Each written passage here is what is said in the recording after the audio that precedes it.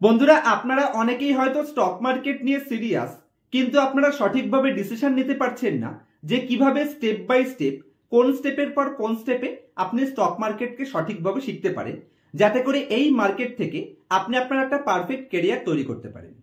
যেমন অনেকেই ভাবেন টেকনিক্যাল অ্যানালাইসিস আগে শিখবে, নাকি ফান্ডামেন্টাল আগে শিখবে, মার্কেটের সাইকেল আগে শিখবো, নাকি মার্কেটের কোম্পানির ভ্যালুয়েশন আগে শিখবো।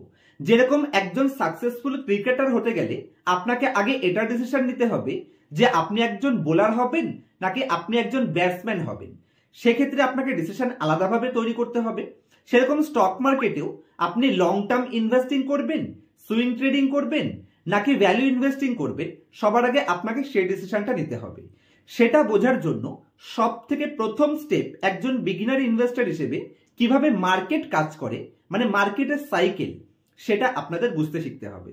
তাহলে দেখবেন শুরুটা একদম স্মুথলি স্টার্ট হতে পারে।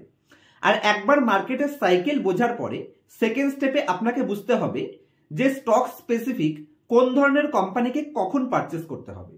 তারপরে আপনাদের শিখতে হবে ফান্ডামেন্টাল অ্যানালাইসিস, এবং ফান্ডামেন্টাল অ্যানালাইসিসে কোম্পানির ডেটা কি করে অ্যানালাইসিস করতে হয়। কারণ আমরা অনেকে যারা হয়তো সঠিকভাবে ফান্ডামেন্টাল অ্যানালাইসিস করতে পারি না, অনেকে হয়তো ভাবি টেকনিক্যাল অ্যানালাইসিসই হয়তো সব থেকে বেশি কাজ করে। আর একবার যখন আপনি ফান্ডামেন্টাল শিখবেন, তারপর বুঝতে পারবেন যে ফান্ডামেন্টালের থেকে সহজ জিনিস কিছু হতে পারে না, এবং ফান্ডামেন্টাল অ্যাকচুয়ালি কোনো স্টককে র্যালি করাতে অথবা স্টককে ডাউন ট্রেন্ডে নিয়ে যেতে সব থেকে মেইন ভূমিকা পালন করে। কারণ কোনো কোম্পানির প্রাইসকে যদি আপনি ভাঙেন, পিই ইন্টু কোম্পানির ইপিএস ইকুয়াল টু কোম্পানির প্রাইস, তাহলে ইজিলি বুঝতে পারছেন ফান্ডামেন্টাল সবসময় মার্কেটে লাস্ট কথা বলে। এবার ফান্ডামেন্টাল অ্যানালাইসিস যখন আপনি শিখছেন, তখন সবার প্রথমে আপনাকে বিজনেস মডেল অ্যানালাইসিস শিখতে হবে। তারপরে আপনাকে কোম্পানির বেসিক থেকে এক্সট্রিমলি অ্যাডভান্স ফান্ডামেন্টাল অ্যানালাইসিস শেখা উচিত। এবং একদম ফান্ডামেন্টাল লাস্ট পজিশনে এসে সব থেকে ইম্পর্টেন্ট, দেখুন আপনি শুধু স্টক মার্কেট বলে নয়, যে কোনো প্রোডাক্ট যদি আপনি কারোর কাছে বিক্রি করে, মানে কারোর কাছ থেকে কিনেছেন এবং অন্য কারোর কাছে বিক্রি করে সেখান থেকে প্রফিট করতে চাইছেন, তবে যেই প্রোডাক্টটি আপনি কিনছেন সেটাকে আপনি যে কোনো মার্কেট কন্ডিশনে কততে বিক্রি করে প্রফিট কামাতে পারবেন, সেটা বোঝার জন্য তার ভ্যালুয়েশন সব থেকে ইম্পর্টেন্ট রোল প্লে করে। তো সেক্ষেত্রে যে কোনো কোম্পানিতে আপনাকে ভ্যালুয়েশন অ্যানালাইসিস সবার আগে শিখতে হবে। তা নাহলে সব থেকে বেস্ট কোম্পানিও যদি আপনি পারচেস করেন, তাহলেও আপনি ফেসে যেতে পারেন। তো আমার লাস্ট 9 বছরের এক্সপিরিয়েন্সে সবার প্রথমে আমি আপনাকে সাজেস্ট করব যে আগে মার্কেটের সাইকেল শিখুন। তারপরে বেসিক্যালি মার্কেট থেকে কতটা নর্মাল রিটার্ন কামানোর এক্সপেকটেশন রাখা উচিত সেটা শিখুন। তারপর কোম্পানির বেসিক ফান্ডামেন্টাল শিখুন, অ্যাডভান্স ফান্ডামেন্টাল শিখুন, এবং একদম লাস্টে এসে কোম্পানির ভ্যালুয়েশন অ্যানালাইসিস শিখুন। আর এইগুলো শেখা হয়ে গেলে অবশ্যই আপনাকে টেকনিক্যাল অ্যানালাইসিস শিখতে হবে। কারণ যতক্ষণ পর্যন্ত আপনি টেকনিক্যাল ইউজ না করবেন, ততক্ষণ আপনি বুঝতে পারবেন না যে অ্যাকচুয়ালি আপনাদের টেকনিক্যালের উপর বেশি ফোকাস করা উচিত নাকি ফান্ডামেন্টালের উপর বেশি ফোকাস করা উচিত। যেমন আমি যদি এক্সাম্পল দিই, আমি অলমোস্ট ইন্ডিয়ার টপ লেভেলে অ্যাভেলেবেল যত বুকস রয়েছে, গ্লোবাল মার্কেট এবং ইন্ডিয়ান অথরদের লেখা ম্যাক্সিমাম বইগুলো আমি টেকনিক্যাল অ্যানালাইসিস পড়েছি, এবং সেগুলোকে লাস্ট 7-8 বছর ধরে ইউজ করে দেখেছি যে টেকনিক্যালের থেকে ফান্ডামেন্টাল সব থেকে বেস্ট কাজ করে।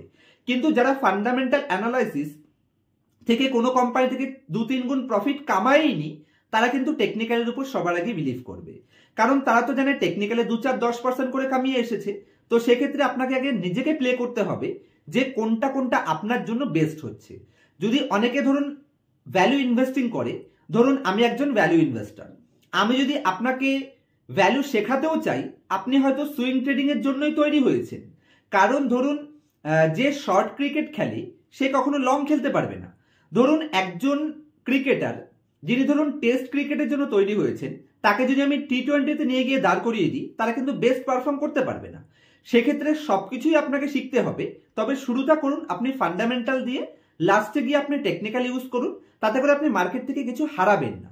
আর ওয়ারেন বাফেট আমাদের বলেন যে স্টক মার্কেটের সব থেকে ইম্পর্টেন্ট আপনি কতটা কামালেন অথবা না কামালেন সেটাকে সাইডে রাখুন, মার্কেটে যেন আপনি কিছু না হারান। কারণ যদি আপনার কাছে ক্যাপিটাল থাকে এবং ক্যাপিটাল রেখে যদি আপনি 10টা বছর মার্কেটে সার্ভাইভ করতে পারেন, তাহলে ইজিলি আপনি মার্কেট থেকে প্রফিট কামিয়েই বেরোবেন এবং আপনার এক্সপেকটেশনের তুলনায় বেশি প্রফিটই কামাবেন। তারপর ধীরে ধীরে মার্কেটে থাকতে থাকতে আপনি বুঝে যাবেন যে কোনটা আপনার জন্য সব থেকে বেস্ট। আর যেটা আপনার জন্য সব থেকে বেস্ট সেটা বুঝতে মিনিমাম 5 থেকে 7 বছর আপনার টাইম লাগতে পারে। তো আশা করছি এই ভিডিওটা আপনাদের যথেষ্ট শর্ট ভিডিওর মাধ্যমে 2-4 মিনিটের মধ্যে বোঝাতে সক্ষম হয়েছি যে কিভাবে আপনারা শুরু করবেন। আর এই টপিকের উপর যদি আপনারা ইনডেপথ ডিটেল ভিডিও শিখতে চাইছেন, আমাকে অবশ্যই কমেন্টসের মাধ্যমে জানাবেন, কারণ পুরো কনসেপ্টটা বোঝানোর জন্য মিনিমাম 35 থেকে 40 মিনিট লাগতে পারে। তো আমি একটা ইনডেপথ ডিটেল ভিডিওর মাধ্যমে সমস্ত পয়েন্টসগুলো আপনাদের সামনে প্রেজেন্ট করার চেষ্টা করব। চ্যানেলটি সাবস্ক্রাইব না করা থাকলে অবশ্যই সাবস্ক্রাইব করে নেবেন। দেখা হবে নেক্সট ভিডিওতে। ততক্ষণ পর্যন্ত হ্যাপি ইনভেস্টিং, হ্যাপি ট্রেডিং।